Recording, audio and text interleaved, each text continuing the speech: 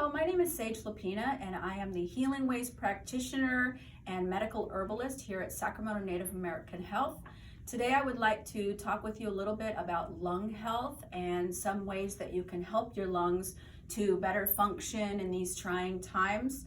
I sometimes like to equate body systems with things that make more sense to people. So today I'd like to talk about your lungs and heart in terms of a vehicle. So your heart is part of this huge system, right? That is the engine of your body. And when we talk about your lungs are the carburetor. So you need to have a clean working carburetor when you have a combustion engine to be able to have a good mixture of air and fuel, and you also need pressure. So the heart is where pressure comes in to be able to pump the blood through the body. And your lungs is what's going to be oxygenating your blood. So when you bring the oxygen and you take a deep breath into your body, that's when you're opening up the throttle of your vehicle, right? So you're bringing air in through your lungs, through your that comes down into your bronchi here. And this is like a tree, it really is. This is the bronchial tree.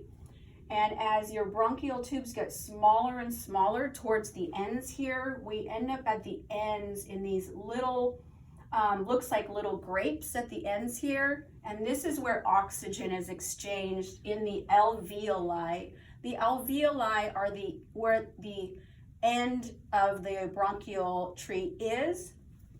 And when the blood comes into your lungs, it comes from the pulmonary artery, and it is deoxygenated. So you have less oxygen in your blood when it gets to your lungs.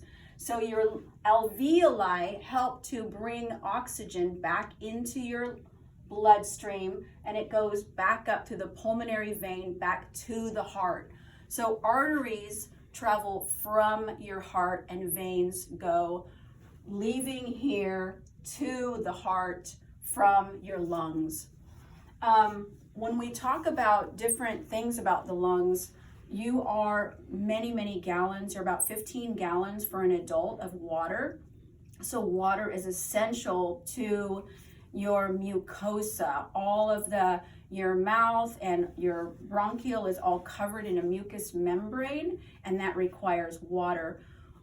Some of the symptoms that are happening currently, a lot of people have a very dry cough, and when a dry cough happens and you have spasming where you continue to cough and nothing comes up, it can be very painful. One of the things that's very helpful to people, whether they have cold, flu, bronchitis, or COPD, is they have a certain amount of humidity in the air. And many people are finding humidifiers useful. You take this part here, fill it up with water, and then it goes down onto the mechanism here where you have a motor.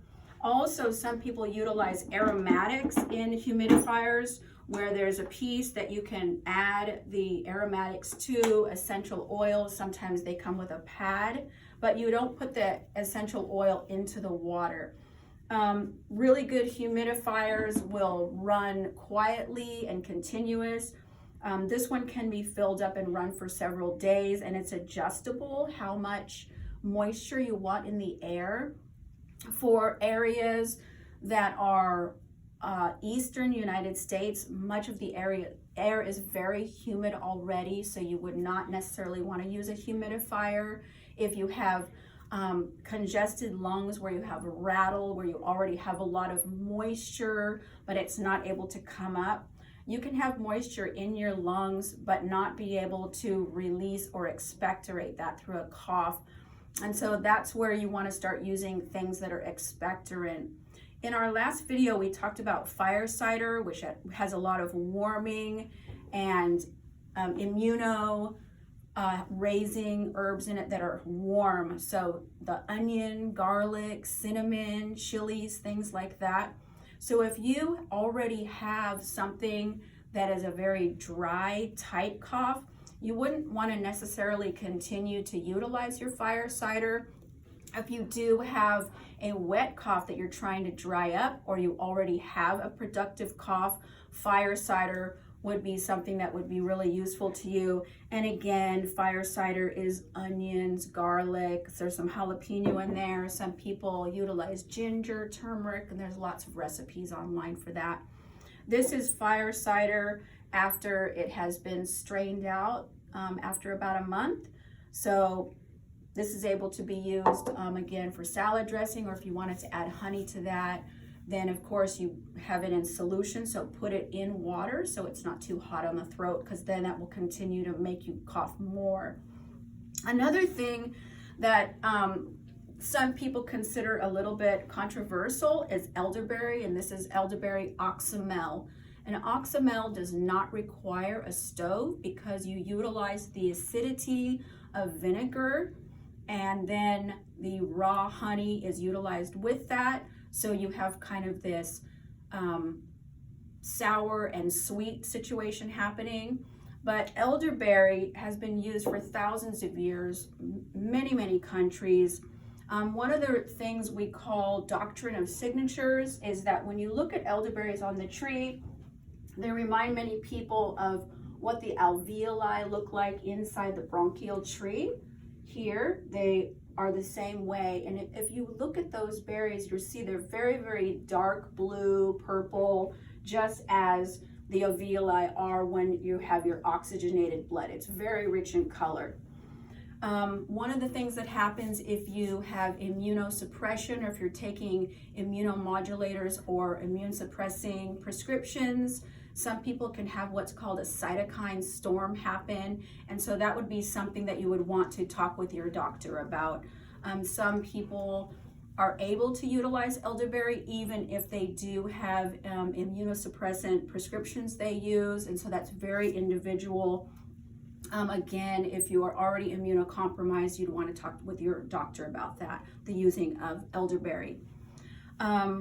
One of the things that a lot of people are choosing to do currently is make their own cough syrup, and there are a multitude of herbs that are really good for bronchial, whether you have a wet cough, a dry cough. So depending on the type of cough that you have, if you have a wet cough, as your lungs are rattling but it's unable to come up, you want to try to dry the lungs up a little bit, but also have an expectorant to get some of it out.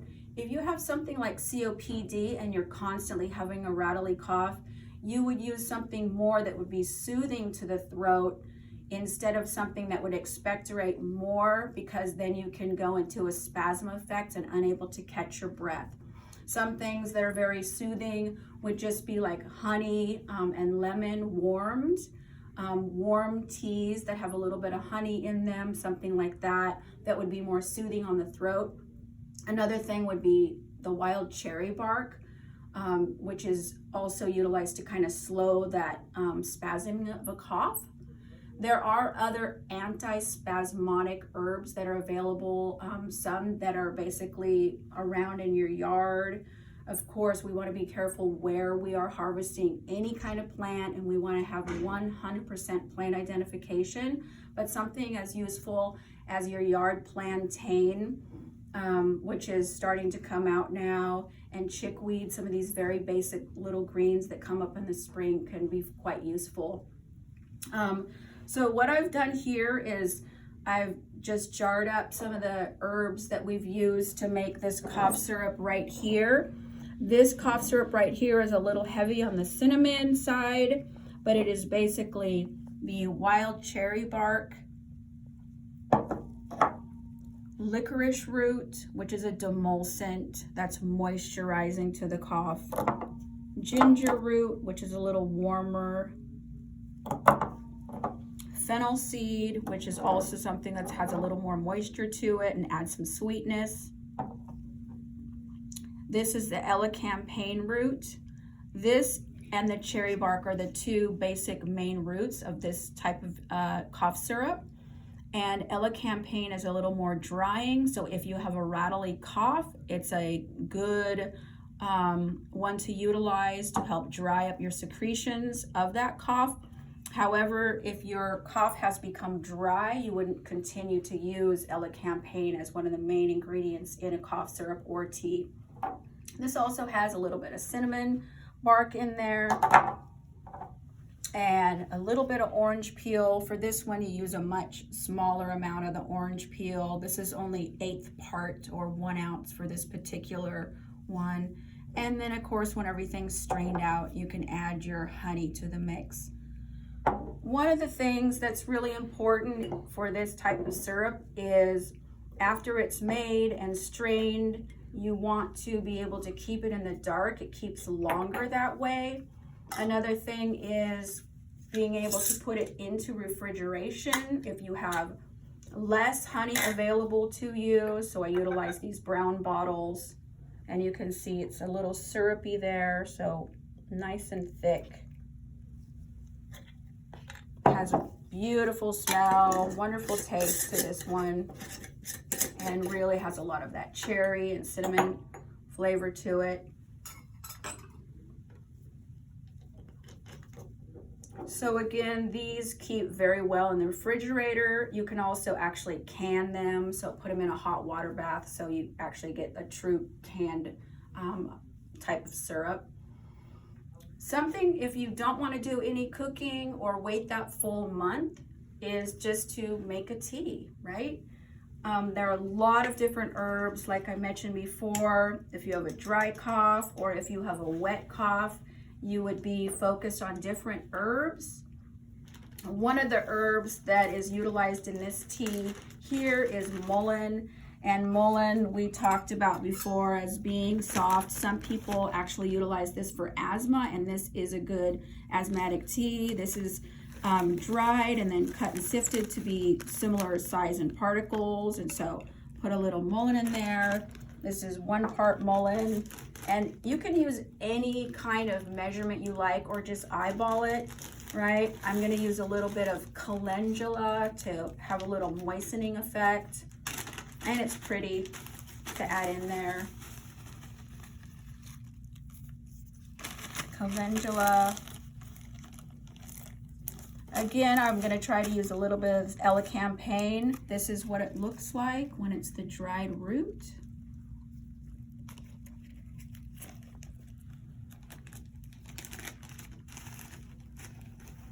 And this is just sitting, but if you would like to put this in a small pan on the stove and simmer it, you'll get a much stronger tea. A little bit of ginger root to warm it up a little bit.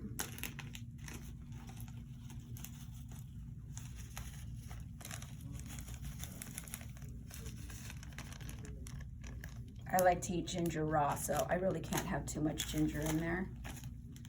This is your wild cherry bark. And also for flavor in the cough syrup, I used some concentrate of wild cherry with, of course, no sugar added to that. Cherry bark in there, really soothing to the mucous membrane, soothing to your throat. And then I've got echinacea here. The one thing I wanted to mention about echinacea and calendula both, also your chamomile or manzanilla that a lot of people utilize to calm themselves down, are all in the aster family. So if you have a lot of allergies and you are allergic to things, those are all related. They're in the same family, the Asteraceae or composite family. And so if you have allergens to those, this tea would not be for you, and you can mix and match which herbs. I highly suggest you go online to look at different herbs that are related to each other in that aster family or compositae and see what works best for you. This is marshmallow root, and marshmallow root is another that is demulcent, meaning it's moisturizing on the mucous membranes. And so anytime you're having a spasm, dry cough, and also for stomach issues, marshmallow root is really wonderful. Even your common mallow that a lot of people have come up in their yards is in that same family and is demulcent in nature. Other things such as plantain, violets are also very demulcent, and they're edible flowers. So in this press pot, right, we have our boiling water and we press it down there, and I'm just gonna let that sit for a while till I can have a cup of tea. I pray, I hope that everyone is doing well this time of year and during things that were happening to all of us right now. Stay well, stay home, and have a wonderful afternoon.